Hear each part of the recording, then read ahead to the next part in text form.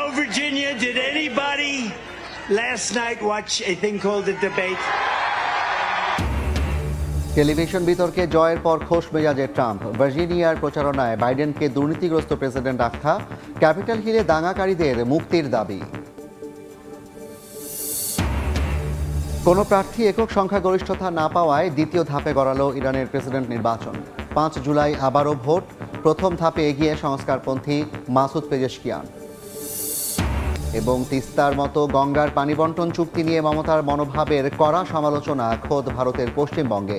প্রতিবেশী দুই দেশের সম্পর্কে নেতিবাচক প্রভাব পড়ার শঙ্কা।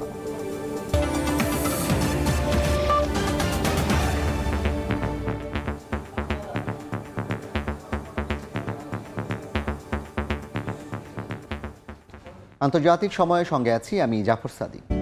2021 সালে যুক্তরাষ্ট্রের ক্যাপিটাল হিলে দাঙ্গার ঘটনায় আটকদের মুক্তির দাবি জানালেন প্রেসিডেন্ট প্রার্থী ও রিপাবলিকান নেতা ডোনাল্ড ট্রাম্প। দেশটির সুপ্রিম কোর্টের এক রায়ে বলা হয়, 6 জানুয়ারি হামলার ঘটনায় একজনকে ভুল অভিযোগে আটক করা হয়েছে। আদালতের ওই রায়ের কয়েক ঘন্টা পর ভার্জিনিয়ায় একটি নির্বাচনী প্রচারণায় আটকদের মুক্তির দাবি জানান ট্রাম্প। এ সময় প্রেসিডেন্ট জো বাইডেনকে সবচেয়ে দুর্নীতিগ্রস্ত প্রেসিডেন্ট বলেও আখ্যা দেন তিনি। National debt of any president in a 4-year period. More people died under his administration. শুক্রবার প্রেসিডেন্ট জো বাইডেনের সঙ্গে মুখোমুখি প্রথম টেলিভিশন বিতর্কে জয়ের পর খোশ মেজাজে সাবেক প্রেসিডেন্ট রিপাবলিকান নেতা ডোনাল্ড ট্রাম্প। বিতর্কে আশানুরূপ ফল লাভের পর এদিন ভার্জিনিয়ায় নির্বাচনী প্রচারণায় অংশ নেন তিনি। জো বাইডেনকে যুক্তরাষ্ট্রের সবচেয়ে দুর্নীতিগ্রস্ত প্রেসিডেন্ট আখ্যা দিয়ে কঠোর সমালোচনা করেন ট্রাম্প। এ সময় 2021 সালের 6 জানুয়ারি ক্যাপিটল হিল দাঙ্গার ঘটনায় আটককৃতদের অবিলম্বে মুক্তির দাবি জানান। He's the worst, he's the most corrupt, the most incompetent president in the history of our country. Last night was a defeat not only for Biden but for the entire radical left Democrat Party. এদিন সকালে supreme কোর্টের একটি রায়ে বলা হয়, দাঙ্গার ঘটনায় অভিযুক্তদের একজনকে ভুল অভিযোগে অভিযুক্ত করা হয়েছিল। এর পরপরই এই বক্তব্য দেন ট্রাম্প। ধারণা করা হচ্ছে দাঙ্গার অভিযোগে অভিযুক্ত কয়েকশো আসামির জন্য সুপ্রিম কোর্টের এই রায়ের ব্যাপক প্রভাব থাকতে পারে। কোনো প্রার্থী একক সংখ্যাগরিষ্ঠতা না পাওয়ায় দ্বিতীয় ধাপে গড়ালো ইরানের প্রেসিডেন্ট নির্বাচন। 1,40,00,000 ভোট পেয়ে প্রথম ধাপে এগিয়ে আছেন সংস্কারপন্থী মাসুদ পেজেশকিয়ান। আর 95 লাখ ভোট পেয়ে দ্বিতীয় স্থানে খামেনি ঘনিষ্ঠ কট্টরপন্থী সাইদ জালিলি। এদিকে দেশটির সিস্তান ও বেলুচিস্তান প্রদেশে ব্যালট বাক্স বহনকারী গাড়িতে সন্ত্রাসী হামলায় 2 নিরাপত্তা কর্মী নিহত হয়েছেন।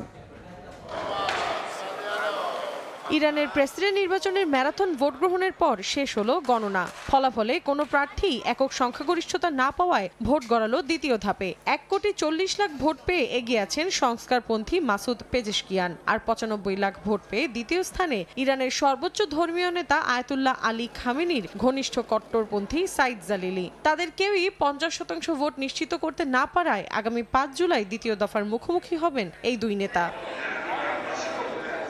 শুক্রবার অনুষ্ঠিত হওয়া নির্বাচনে আশানুরূপ ভোট পড়েনি। ইতিহাসে সবচেয়ে কম ভোটের রেকর্ড গড়েছে দেশটি, এমনটাই জানিয়েছেন ইরানের নির্বাচন কমিশনের মুখপাত্র। তিনি বলেন, চলতি বছর ভোট পড়েছে মাত্র 40%, ভেঙেছে 2021 সালের রেকর্ডও। কারণ সে বছর ভোট পড়েছিল 48%-এর কিছু বেশি। দেশটিতে শান্তিপূর্ণভাবে ভোট গ্রহণ হলেও শনিবার সিস্তান এবং বেলুচিস্তান প্রদেশে ব্যালট বাক্স বহনকারী গাড়িতে সন্ত্রাসী হামলার খবর পাওয়া গেছে। এতে নিরাপত্তা বাহিনীর অন্তত 2 জন প্রাণ হারিয়েছেন।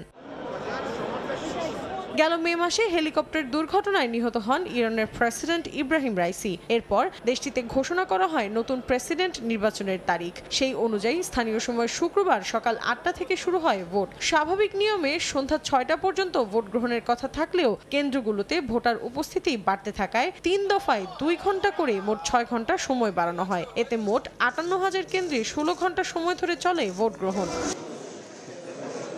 মৌসুমী সাথী, সময় সংবাদ। আন্তর্জাতিক সময় আরও থাকছে। পাকিস্তানের নির্বাচনের বিশ্বাসযোগ্যতা নিয়ে প্রশ্ন তোলায় ওয়াশিংটন ইসলামাবাদ উত্তেজনা, পাল্টাপাল্টি প্রস্তাব পাশ, অভ্যন্তরীণ বিষয়ে নাক না গলানোর আহ্বান শাহবাজের। তিস্তার মতো গঙ্গার পানি বন্টন চুক্তি নিয়ে পশ্চিমবঙ্গের মুখ্যমন্ত্রী মমতা বন্দ্যোপাধ্যায়ের মনোভাবের কড়া সমালোচনা শুরু হয়েছে খোদ তার নিজের রাজ্য জুড়ে। তৃণমূল নেত্রীর এমন মনোভাবে প্রতিবেশী দুই দেশের সম্পর্কে নেতিবাচক প্রভাব পড়ার আশঙ্কাও করছেন মমতার রাজ্যের বর্ষিয়ান সাংবাদিকরা। তাদের কেউ কেউ বলছেন 2011 সালে তিস্তা চুক্তির সময় তৎকালীন মনমোহন সিং সরকার অনেক চেষ্টা করেও বোঝাতে পারেননি মমতাকে। তবে গঙ্গার চুক্তি নবায়ন মমতা আটকাতে পারবেন না। ভারত থেকে বিস্তারিত জানাচ্ছেন সুব্রত আচার্য। 2011 সালে ভারতের তৎকালীন প্রধানমন্ত্রী ডক্টর মনমোহন সিংয়ের সফর সঙ্গী হিসেবে নাম ঘোষণার পর বাংলাদেশ সফর বাতিল করেছিলেন সদ্য পশ্চিমবঙ্গের ক্ষমতায় আসা তৃণমূল কংগ্রেসের মুখ্যমন্ত্রী মমতা বন্দ্যোপাধ্যায়। সফর বাতিলের কারণ তিস্তা চুক্তিতে তার সায় না থাকা। 2011 সাল থেকে 2024 গেল 13 বছর ধরে তিস্তা চুক্তি আলোর মুখ দেখেনি। বাংলাদেশের অধিকার থাকলেও সেই পানির ন্যায্য ভাগও পায়নি ভাটির দেশের লাখ লাখ মানুষ, যার ফলস্বরূপ উত্তরবঙ্গে কখনো বন্যা আর কখনো তীব্র খরা। তিস্তায় বাগড়া দেওয়ার পর এবার পশ্চিমবঙ্গের প্রশাসনিক প্রধানের নজর গঙ্গার পানি বন্টন চুক্তির নবায়নের দিকেও।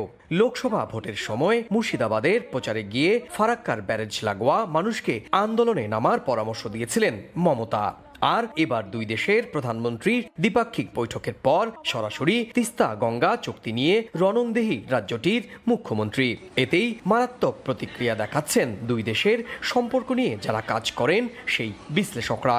তাদের মতে এই ধরনের আচরণ প্রতিবেশী দুই দেশের ওপর নেতিবাচক প্রভাব ফেলছে। মমতা নিজে মনে করছেন যে তিনি অঙ্গরাজ্যের মুখ্যমন্ত্রী নন, তিনি একজন প্রধানমন্ত্রী। এই যে তার নিজের চিন্তাভাবনাটা দুই দেশের সম্পর্ক দিনের পর ক্ষতি করে দিচ্ছে। বর্ষিয়ান এই সাংবাদিক 2011 সালে তিস্তা চুক্তি ভেস্তে যাওয়ার পেছনে মমতার অবস্থানের কড়া সমালোচনাও করেন। বলেন, তৎকালীন নিরাপত্তা উপদেষ্টা শিবশঙ্কর মেনন 3 বার মুখ্যমন্ত্রীকে বোঝাতে এসেছিলেন কলকাতায়, কিন্তু মমতা বোঝেননি।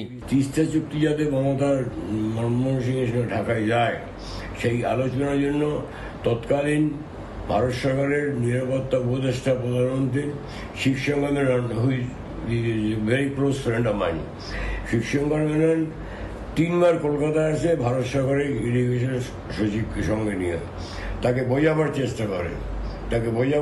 তুই বুঝতে চান, আমি বুঝবো না। শিবশঙ্কর খুব চড়ে গেছে।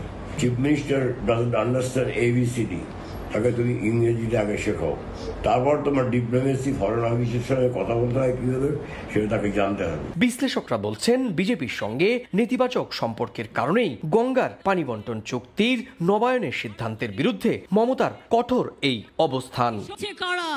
সুব্রত আচার্য, সময় সংবাদ, ভারত। নির্বাচনের বিশ্বাসযোগ্যতা নিয়ে প্রশ্ন তোলায় এবার যুক্তরাষ্ট্রকে একহাত নিল পাকিস্তান। এই ইস্যুতে পাল্টাপাল্টি প্রস্তাব পাশ করেছে মার্কিন প্রতিনিধি পরিষদ ও পাকিস্তানের পার্লামেন্ট। শুধু তাই নয়, নিজেদের অভ্যন্তরীণ বিষয়ে কাউকে হস্তক্ষেপ করতে দেওয়া হবে না বলে সাফ জানিয়েছে ইসলামাবাদ। ওয়াশিংটনের তীব্র সমালোচনার পাশাপাশি যুক্তরাষ্ট্রের নতুন রাষ্ট্রদূত নিয়োগের সিদ্ধান্ত নিয়েছে শাহবাজ সরকার।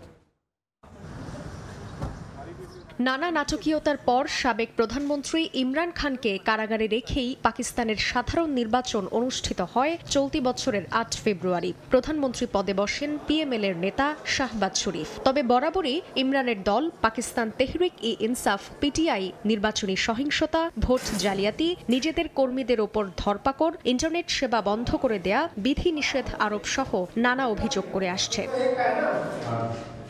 এবার দেশটির ওই নির্বাচনের বিশ্বাসযোগ্যতা নিয়ে প্রশ্ন তুলেছে খোদ যুক্তরাষ্ট্র।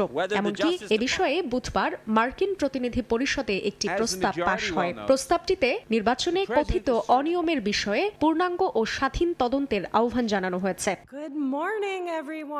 পাকিস্তানের নির্বাচন নিয়ে প্রশ্ন তোলায় ক্ষুব্ধ প্রতিক্রিয়া জানিয়েছে ইসলামাবাদ। জবাবে শুক্রবার যুক্তরাষ্ট্রের ওই প্রস্তাবের বিরুদ্ধে একটি পাল্টা প্রস্তাব পাশ করেছে পাকিস্তানের পার্লামেন্টও। এদিন ওয়াশিংটনের পদক্ষেপকে প্রত্যাখ্যান করে নিজেদের অভ্যন্তরীণ বিষয়ে কারো হস্তক্ষেপ মেনে নেওয়া হবে না বলেও সাফ জানানো হয়। নির্বাচনী তদন্তের পরিবর্তে গাজা ও কাশ্মীরের মানবিক সংকটের প্রতি মনোযোগ দেওয়ার পরামর্শ দেন পাকিস্তানের পার্লামেন্ট সদস্যরা। মার্কিন প্রতিনিধি পরিষদের সাম্প্রতিক প্রস্তাবের জবাবে পাকিস্তানের পররাষ্ট্রনীতি নিয়ে আলোচনার জন্য জাতীয় পরিষদের বিশেষ অধিবেশন আহ্বান করেন দেশটির উপপ্রধানমন্ত্রী ও পররাষ্ট্রমন্ত্রী ইসহাক দার।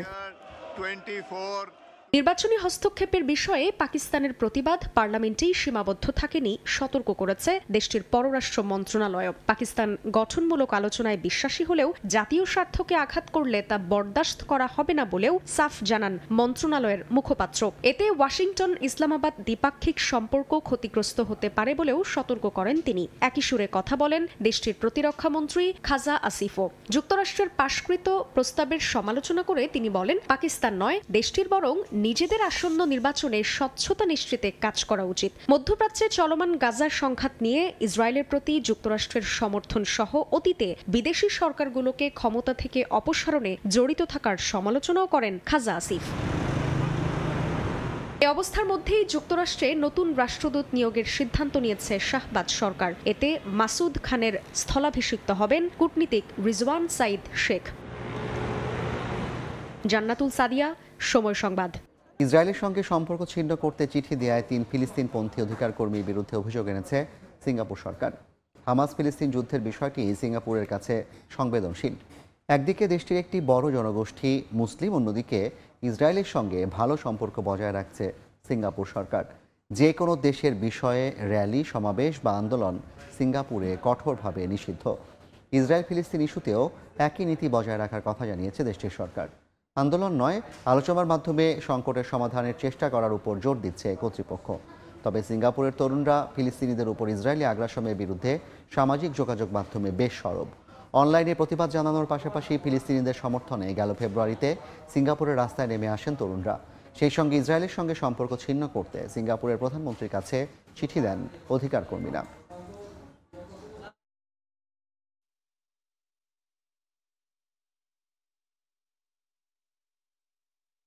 আন্তর্জাতিক সময়ের শীর্ষ সংবাদ জানিয়ে দিচ্ছি আরেকবার। Hello, Virginia. Did anybody last night watch a thing called The Debate? Television বিতর্কে জয়ের পর খোশ মেজাজে ট্রাম্প। ভার্জিনিয়ার প্রচারণায় বাইডেনকে দুর্নীতিগ্রস্ত প্রেসিডেন্ট আখ্যা।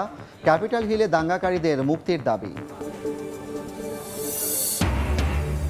কোনো প্রার্থী একক সংখ্যাগরিষ্ঠতা না পাওয়ায় দ্বিতীয় ধাপে গড়ালো ইরানের প্রেসিডেন্ট নির্বাচন। 5 জুলাই আবারও ভোট। প্রথম ধাপে এগিয়ে সংস্কারপন্থী মাসুদ পেজেশকিয়ান।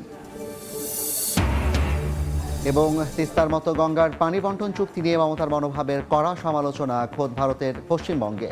প্রতিবেশী দুই দেশের সম্পর্কে নেতিবাচক প্রভাব পড়ার শঙ্কা।